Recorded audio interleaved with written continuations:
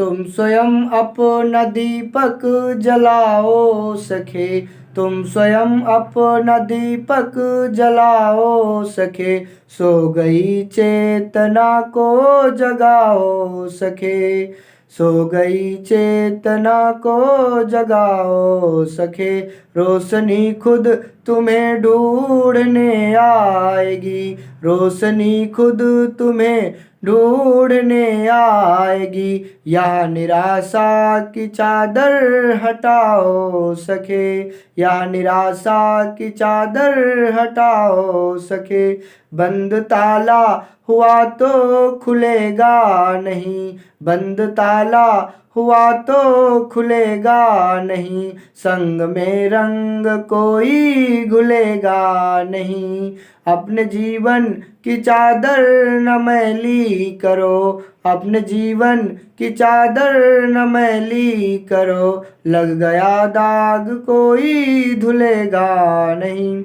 प्रिय साथियों नमस्कार, आइए चलते हैं अपने अगले टॉपिक की तरफ। आप सभी आशा करते हैं स्वस्थ होंगे, मस्त होंगे, तंदुरुस्त होंगे, आह्लादित होंगे, प्रसन्नचित होंगे। तो बढ़ते हैं आगे। अपना टॉपिक है हाई स्कूल साइंस के पार्ट 2 में चल रहे हैं। अभी तक पार्ट 1 में थे, तो क्लास 10th साइंस जो लेकर के चल रहे हैं, जिसके हम पार्ट 2 पर हैं। पहले ही पार्ट जो लेसन चल रहा था रासायनिक अभिक्रिया एवं समीकरण, उसके सेकंड पार्ट में है। और सेकंड पार्ट में हमने फर्स्ट पार्ट में बात कर ली थी विस्थापन अभिक्रियाओं की, संयोजन अभिक्रिया और वियोजन अभिक्रिया तक बात कर ली थी। अब बात करेंगे विस्थापन द्विविस्थापन की। तो यहाँ पर हम बात कर रहे हैं सबसे पहले विस्थापन अभिक्रिया की। विस्थापन अभिक्रिया क्रियाएं, विस्थापन अभिक्रियाओं की हम बात कर रहे हैं। विस्थापन अभिक्रिया यानी कि डिस्प्लेसमेंट रिएक्शन, डिस्प्लेसमेंट रिएक्शन की, डिस्प्लेसमेंट रिएक्शंस की। विस्थापन अभिक्रिया कौन सी अभिक्रिया होती है? विस्थापन अभिक्रिया जब कोई अधिक क्रियाशील तत्व किसी यौगिक में से कम क्रियाशील तत्व को उसके स्थान से विस्थापित कर देता है, तो उसको हम लोग कहते हैं विस्थापन अभिक्रिया। यहाँ पे लिखेंगे कि जब कोई अधिक क्रियाशील तत्व किसी यौगिक में से कम क्रियाशील तत्व को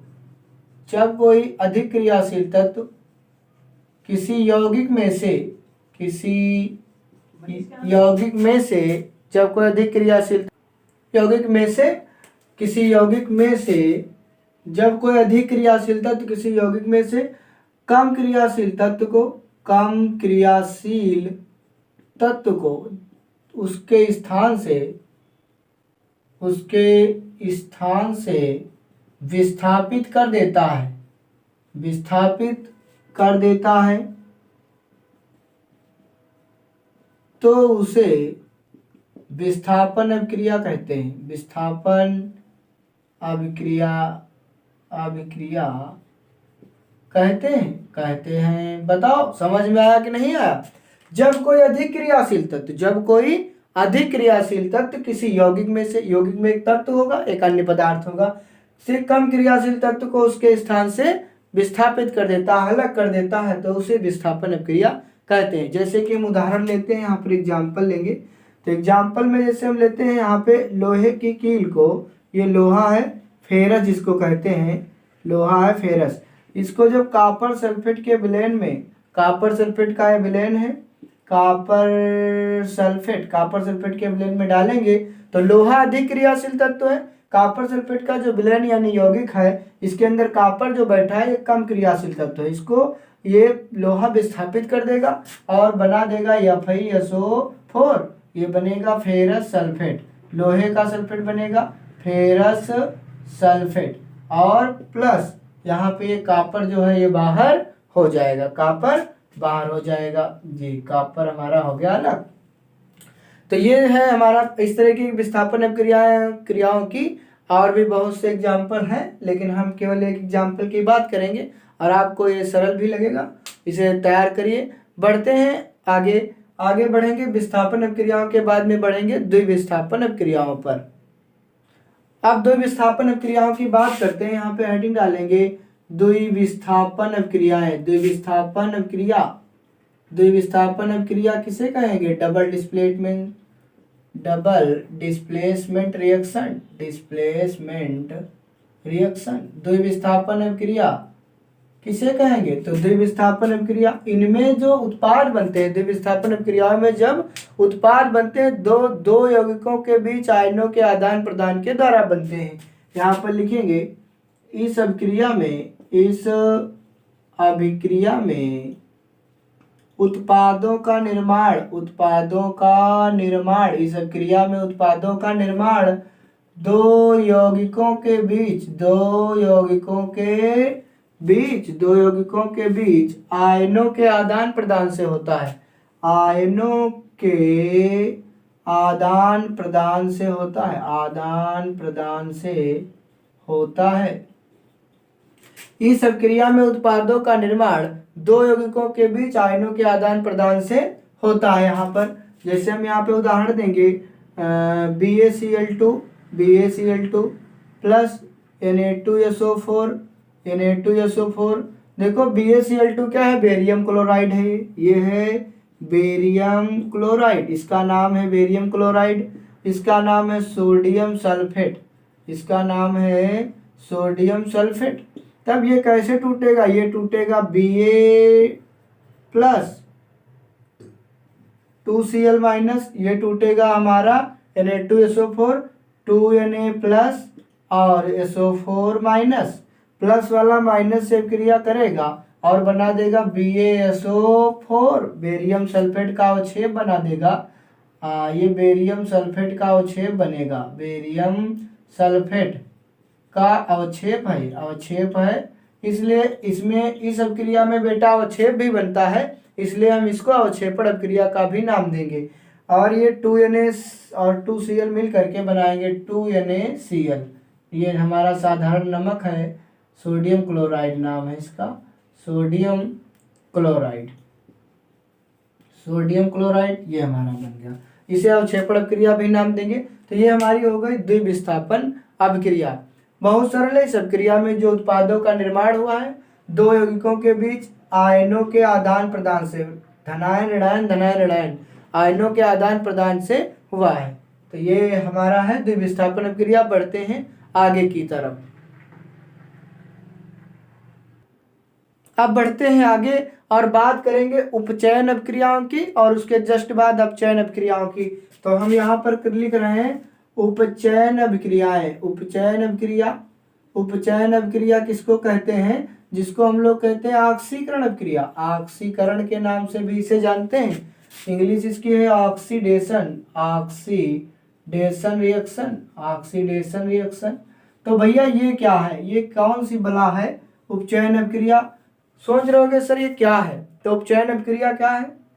देखो उपचयन अभिक्रिया में क्या होता है, जब कोई पदार्थ, किसी पदार्थ में रिएक्शन होती है तो जब किसी पदार्थ में या तो ऑक्सीजन का योग हो या तो हाइड्रोजन का ह्रास हो, या तो ऑक्सीजन ऐड हो जाए या हाइड्रोजन उसमें से निकल जाए बाहर, तो उस अभिक्रिया को हम लोग कहते हैं उपचयन अभिक्रिया, यानी ऑक्सीडेशन रिएक्शन, यानी ऑक्सीजन का जुड़ना। तो हम यहाँ लिखेंगे वे रासायनिक अभिक्रियाएं जिसमें अभिक्रिया के दौरान ऑक्सीजन का योग होता है। वे रासायनिक अभिक्रियाएं, वे रासायनिक अभिक्रियाएं, वे रासायनिक अभिक्रियाएं जिनमें अभिक्रिया के दौरान, जिनमें अभिक्रिया के दौरान ऑक्सीजन का योग हो, ऑक्सीजन का योग, ऑक्सीजन का योग बेटा, ऑक्सीजन पढ़ते रहो, घबराना नहीं, थोड़ा बने रहो वीडियो पर। ऑक्सीजन का योग या हाइड्रोजन का ह्रास हो, हाइड्रोजन का ह्रास हो, ह्रास मतलब बाहर निकल जाए। वे रासायनिक अभिक्रिया जिनमें अभिक्रिया के दौरान ऑक्सीजन का योग या हाइड्रोजन का ह्रास होता है, हाइड्रोजन का ह्रास होता है, उपचयन अभिक्रिया कहलाती है। उपचयन अभिक्रियाएं उपचयन अभिक्रियाएं कहलाती हैं, उपचयन अभिक्रियाएं कहलाती हैं। सीधी सी बात है, बहुत बढ़िया है। या तो ऑक्सीजन योग हो जाए या तो हाइड्रोजन बाहर निकल जाए, तो उसको हम लोग जानेंगे किस नाम से, उपचयन अभिक्रिया के नाम से, यानी ऑक्सीडेशन रिएक्शन, ऑक्सीकरण अभिक्रिया से। ये रहा हमारा एग्जाम्पल। यहाँ चाहे तो हम कार्बन को ऑक्सीजन की उपस्थिति में जला दें तो ये कार्बन डाइऑक्साइड गैस बनेगी। यहाँ ऑक्सीजन का योग हो गया तो ऑक्सीकरण अभिक्रिया हो गई। वैसे ये संयोजन अभिक्रिया भी है एक तरफ से। भाई ये कार्बन है यानी कोयला है, कोयले का दहन किया गया ऑक्सीजन की उपस्थिति में, कार्बन डाइऑक्साइड गैस बनी है जो कि ऊपर निकल गई है, सॉलिड था। तो बताओ समझ आया कि नहीं आई। रासायनिक अभिक्रियाएं जिनमें अभिक्रिया के दौरान ऑक्सीजन का योग या हाइड्रोजन का ह्रास होता है उसे हम लोग कहते हैं रासायनिक अभिक्रियाएं। और भी एग्जाम्पल लेना चाहे तो 2Cu+O2 कापर है, कापर मतलब तांबा है बेटा, और ये ऑक्सीजन की उपस्थिति में तो ये क्रिया करेगा तो 2CuO बनाएगा, कापर ऑक्साइड बनाएगा, कापर ऑक्साइड। तो बताओ समझ में आया कि नहीं आया। ये हमने बात कर ली यहाँ पर है उपचयन अभिक्रिया की। इसके जस्ट उल्टा है अपचयन अभिक्रिया यानी रिडक्शन रिएक्शन। रिडक्शन रिएक्शन का मतलब होता है अपचयन होना, यानी कि उल्टा, यानी ऑक्सीजन बाहर निकल जाए या हाइड्रोजन का योग हो जाए तो उसको हम लोग कहेंगे आगे अपचयन अभिक्रिया। तो बात करेंगे अभी आगे चल करके अपचयन अभिक्रिया की। अब हम बात कर रहे हैं बेटा अपचयन अभिक्रिया की।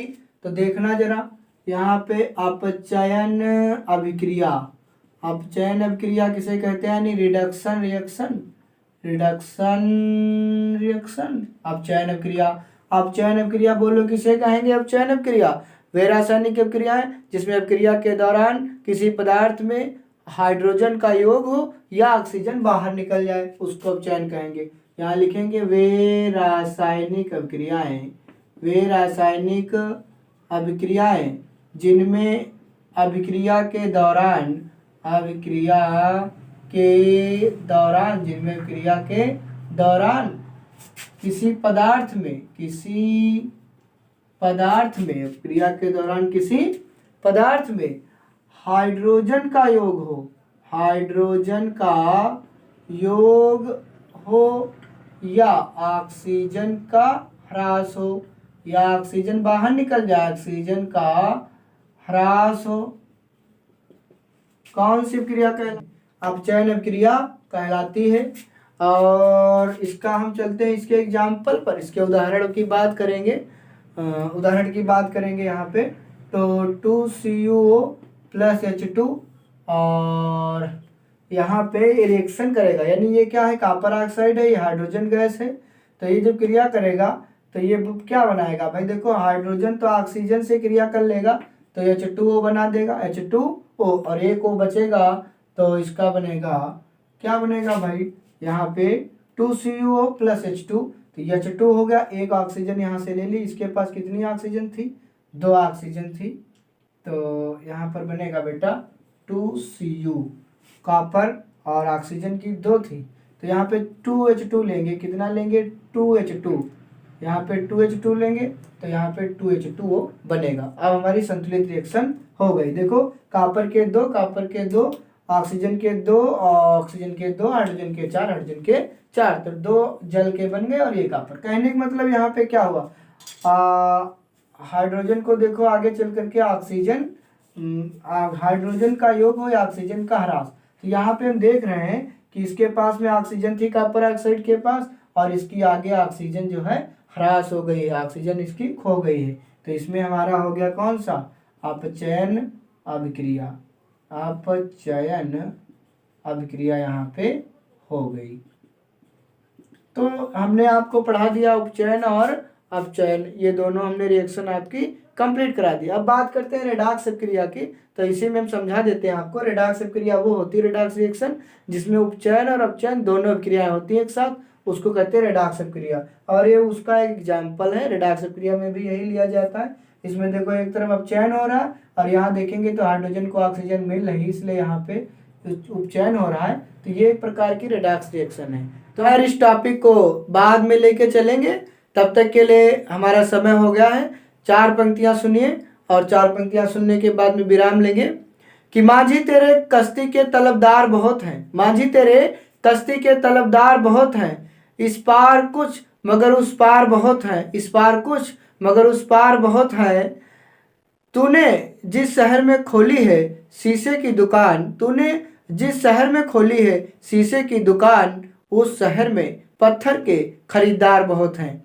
जय हिंद, जय भारत। इसी ऊर्जा के साथ आप बने रहिए हमारे यूट्यूब चैनल पर। अगर आप तक अभी चैनल पर नए हैं तो चैनल को सब्सक्राइब कर लीजिए, बेल आइकन को प्रेस कर लीजिए, नोटिफिकेशन, ताकि आपको जल्दी जल्दी से मिलते रहें फास्टली। और इसी के साथ वाणी को विराम देते हैं। मिलेंगे नेक्स्ट वीडियो में नए पार्ट के साथ, पार्ट 3 में। धन्यवाद।